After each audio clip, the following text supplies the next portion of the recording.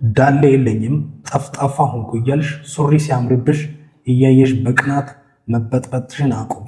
ያንን የሴትነት ቁመናሽን በተፈጥሮ ጤናማና ሰፊ ሆኖ እንዲያድግ ማድረግ ሲገባሽ ቀኑን ሙሉ ሶፋ ላይ ተጎልተሽ በሰነፍ ልምዶችሽ እያጨናነቅሽው ነው። አሁኑኑ እነዚህ 8 ጨካኝ ህጎች በጭንቅላትሽ ክተች። ካልሆነ ግን እንደ መጥረጊያ እጄታ ሆነሽ ትቀሪያለሽ። አንደኛ፣ እስኳት ስሪ። ሶፋ ላይ አትቀመጭበት።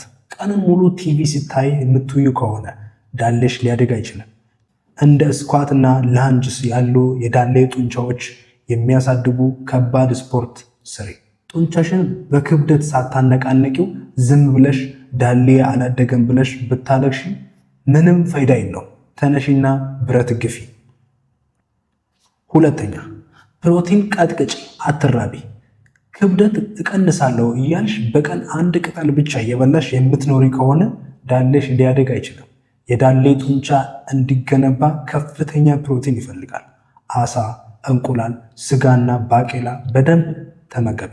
ሰውነትሽን በራብ እየቀጣሽ ዳሌሽ እንዲፏፏ መጠበቅ የቅዠት አምልኮ ነው። ስለዚህ በደንብ ብይ። ሶስተኛ፣ ጤናማ ስብ አግኚ። የዳሌ ትልቅነት በጡንቻ ብቻ ሳይሆን በስብ ክምችቶች ጭምር ነው።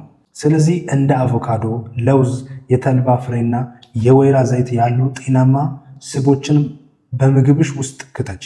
ይህንን ትተሽ በባዶ ሆድሽ ብትዞሪ ግን ሰውነትሽ ያገኘውን ስብ ሁሉ እያቃጠለው ስለሚሄድ ዳሌሽ ድርቅ ብሎ ጠፍጣፋ ሆኖ ይቀራል። አራተኛ፣ ረጅም ሰዓት በአንድ ቦታ አትቀመጪ። ቀኑን ሙሉ ወንበር ላይ ተጣብቀሽ የምትቀመጪ ከሆነ ወደ ዳሌሽ የሚሄደው የደም ዝውውር ይዘጋል፣ ጡንቻሽም ይሞታል። ይህ ደግሞ ዳሌሽ እንዲሰምጥና ቅርጽ እንዲያጣ ያደርጋል። በየአንድ ሰዓቱ ተነስተሽ ተራመጂ፣ ተለማመጂ። ዳሌሽ እንዲነቃ ደም እንዲያገኝ ማድረግ ግድ ይልሻል። አምስተኛ፣ በሰዓቱ ተኚ፣ እንቅልፍ አትስረቂ። ሌሊቱን ሙሉ ስልክሽ ላይ ተተክለሽ ቲክቶክ ስታይ የምታድሪ ከሆነ ሰውነትሽ የጡንቻ እድገት ሆርሞን ማምረት ያቆማል። እንቅልፍ ስታጪ የሰራሽው ስፖርት ሁሉ ከንቱ ሆኖ ጡንቻሽ ይፈራረሳል። በቀን ቢያንስ 8 ሰዓት በሰዓቱ ተኚ። ሰውነትሽ በቂ ረፍት አግኝቶ ጡንቻሽን ስትጠግኒው ነው ዳሌሽ አብሮ የሚወጣው። ስድስተኛ፣ ውሃ ጨልጪ፣ የደረቀ እንጨት አትሁኚ።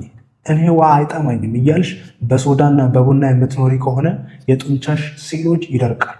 በቂ ውሃ ካልጠጣሽ ስፖርት ስትሰሪ ጡንቻሽ ቶሎ ሊያድግና ሊለጠጥ አይችልም። በቀን ቢያንስ 2 ሊትር ውሃ ጨልጪ። የዳሌሽ ጡንቻ በፈሳሽ እጥረት ተጨንቆ እንዳይኮማተርና እንዳይጠፋ ውሃ ማጠጣት ግድ ይልሻል። ሰባተኛ፣ በጣም ጠባብ ጂንስ አታግሽበት። ከአቅምሽ በላይ በጣም ጠባብ የሆኑ ሱሪዎችንና የውስጥ ልብሶችን አታድርጊ። ወደ ዳሌሽ የሚሄደው የደም ዝውውር ቶሎ አይሄድም።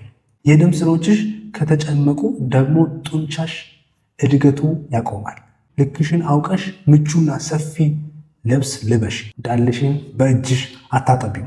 ስምንተኛ፣ ካርቦሃይድሬትን አትፍሪ። ተፈጥሯዊ ምግብ ብይ።